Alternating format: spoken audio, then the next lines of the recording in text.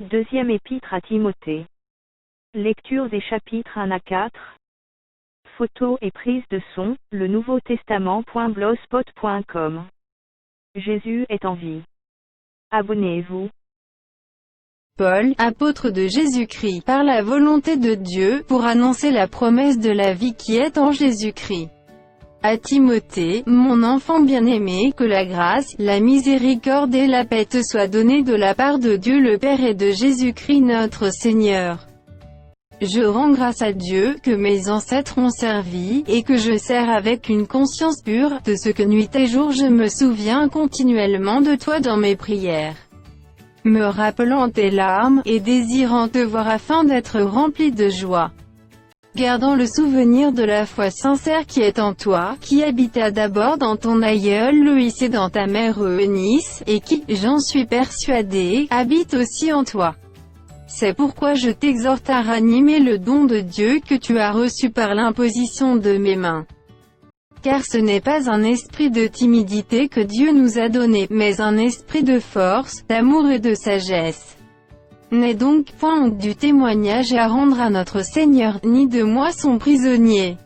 Mais souffre avec moi pour l'Évangile, par la puissance de Dieu, Qui nous a sauvés, et nous a adressé une sainte vocation, non à cause de nos œuvres, mais selon son propre dessein, et selon la grâce qui nous a été donnée en Jésus-Christ avant les temps éternels.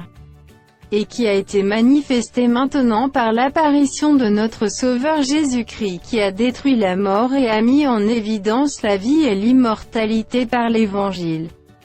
C'est pour cet Évangile que j'ai été établi prédicateur et apôtre, chargé d'instruire les païens. Et c'est à cause de cela que je souffre ces choses, mais j'en ai point honte, car je sais en qui j'ai cru, et je suis persuadé qu'il a la puissance de garder mon dépôt jusqu'à ce jour-là.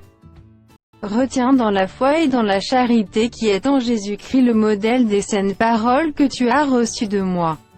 Garde le bon dépôt, par le Saint-Esprit qui habite en nous. Tu sais que tous ceux qui sont en Asie m'ont abandonné, entre autres Phygel et Hermogène. Que le Seigneur répande sa miséricorde sur la maison d'Onésiphore, car il m'a souvent consolé, et il n'a pas eu honte de mes chaînes. Au contraire, lorsqu'il est venu à Rome, il m'a cherché avec beaucoup d'empressement, et il m'a trouvé. Que le Seigneur lui donne d'obtenir miséricorde auprès du Seigneur en ce jour-là. Tu sais mieux que personne combien de services il m'a rendu à Éphèse. Toi donc, mon enfant, fortifie-toi dans la grâce qui est en Jésus-Christ. Et ce que tu as entendu de moi en présence de beaucoup de témoins, confie-le à des hommes fidèles qui soient capables de l'enseigner aussi à d'autres. Souffre avec moi, comme un bon soldat de Jésus-Christ. Il n'est pas de soldat qui s'embarrasse des affaires de la vie, s'il veut plaire à celui qui l'a enrôlé. Et l'athlète n'est pas couronné, s'il n'a combattu suivant les règles. Il faut que le laboureur travaille avant de recueillir les fruits. Comprends ce que je dis, car le Seigneur te donnera de l'intelligence en toutes choses. Souviens-toi de Jésus-Christ, issu de la postérité de David, ressuscité des morts, selon mon évangile, pour lequel je souffre jusqu'à être lié comme un malfaiteur. Mais la parole de Dieu n'est pas liée. C'est pourquoi je supporte tout à cause des élus, afin qu'eux aussi obtiennent le salut qui est en Jésus-Christ, avec la gloire éternelle. Cette parole est certaine, si nous sommes morts avec lui, nous vivrons aussi avec lui. Si nous persévérons, nous régnerons aussi avec lui, si nous le renions, lui aussi nous reniera. Si nous sommes infidèles, il demeure fidèle, car il ne peut se renier lui-même. Rappelle ces choses, en conjurant devant Dieu qu'on évite les disputes de mots, qui ne servent qu'à la ruine de ceux qui écoutent. Efforce-toi de te présenter devant Dieu comme un homme éprouvé, un ouvrier qui n'a point à rougir, qui dispense droitement la parole de la vérité. Évite les discours vains et profanes, car ceux qui les tiennent avanceront toujours plus dans l'impiété. Et leur parole rongera comme la gangrène. De ce nombre sont Hyménée et Philette, qui se sont détournés de la vérité, disant que la résurrection est déjà arrivée, et qui renversent la foi de quelques-uns. Néanmoins, le solide fondement de Dieu reste debout, avec ses paroles qui lui servent de sceau. Le Seigneur connaît ceux qui lui appartiennent, et, quiconque prononce le nom du Seigneur, qu'il s'éloigne de l'iniquité. Dans une grande maison, il n'y a pas seulement des vases d'or et d'argent, mais il y en a aussi de bois et de terre, les uns sont des vases d'honneur, et les autres sont d'un usage vil. Si donc quelqu'un se conserve pur, en s'abstenant de ces choses, il sera un vase d'honneur, sanctifié, utile à son maître, propre à toute bonne œuvre.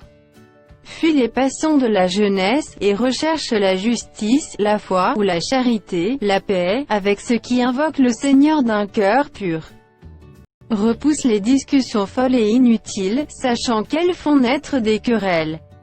Or, il ne faut pas qu'un serviteur du Seigneur ait des querelles, il doit, au contraire, avoir de la condescendance pour tous, être propre à enseigner, doué de patience.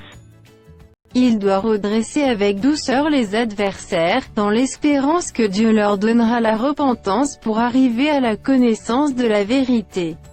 Et que, revenus à leur bon sens, ils se dégageront des pièges du diable, qui s'est emparé d'eux pour les soumettre à sa volonté. Sache que, dans les derniers jours, il y aura des temps difficiles. Car les hommes seront égoïstes, amis de l'argent, fanfarons, hautains, blasphémateurs, rebelles à leurs parents, ingrats, irréligieux, insensibles, déloyaux, calomniateurs, intempérants, cruels, ennemis des gens de bien, traîtres, emportés, enflés d'orgueil, aimant le plaisir plus que Dieu, ayant l'apparence de la piété, mais reniant ce qui en fait la force. Éloignez-toi de ces hommes-là. Il en est parmi eux qui s'introduisent dans les maisons, et qui captivent des femmes d'un esprit faible et borné, chargées de péché, agitées par des passions de toute espèce, apprenant toujours et ne pouvant jamais arriver à la connaissance de la vérité. De même que Janès et Jambres s'opposèrent à Moïse, de même ces hommes s'opposent à la vérité, étant corrompus d'entendement, et réprouvés en ce qui concerne la foi. Mais ils ne feront pas de plus grands progrès, car leur folie sera manifeste pour tous, comme le fut celle de ces deux hommes.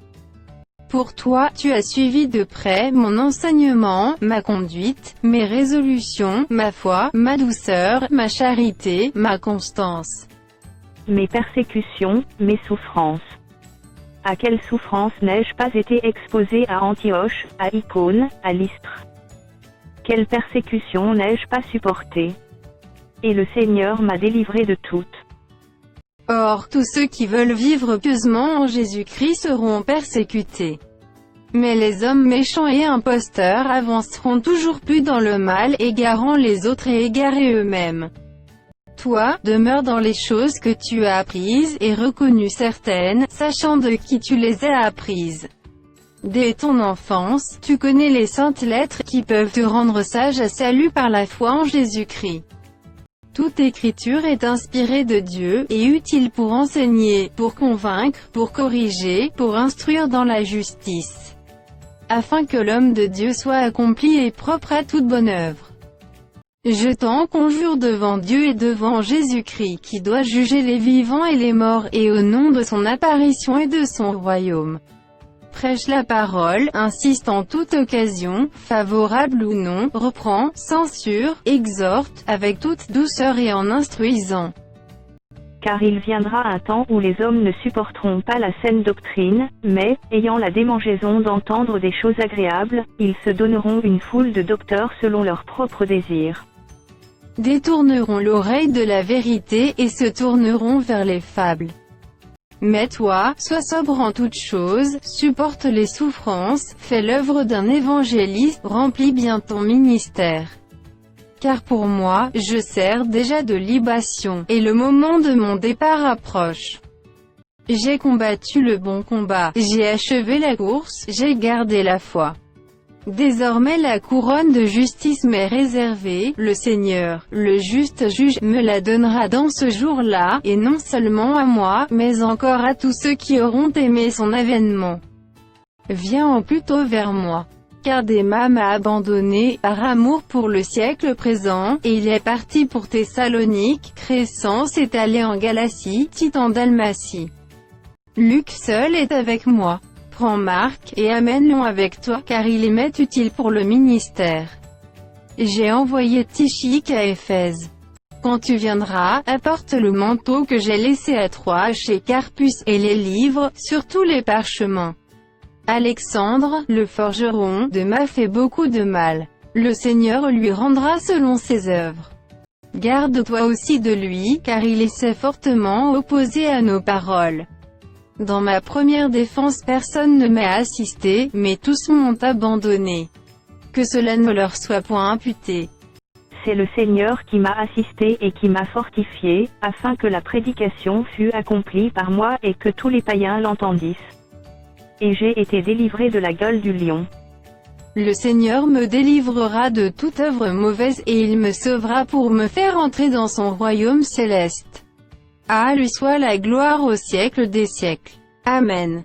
Salut Prisca et Aquilas, et la famille d'Onésiphore.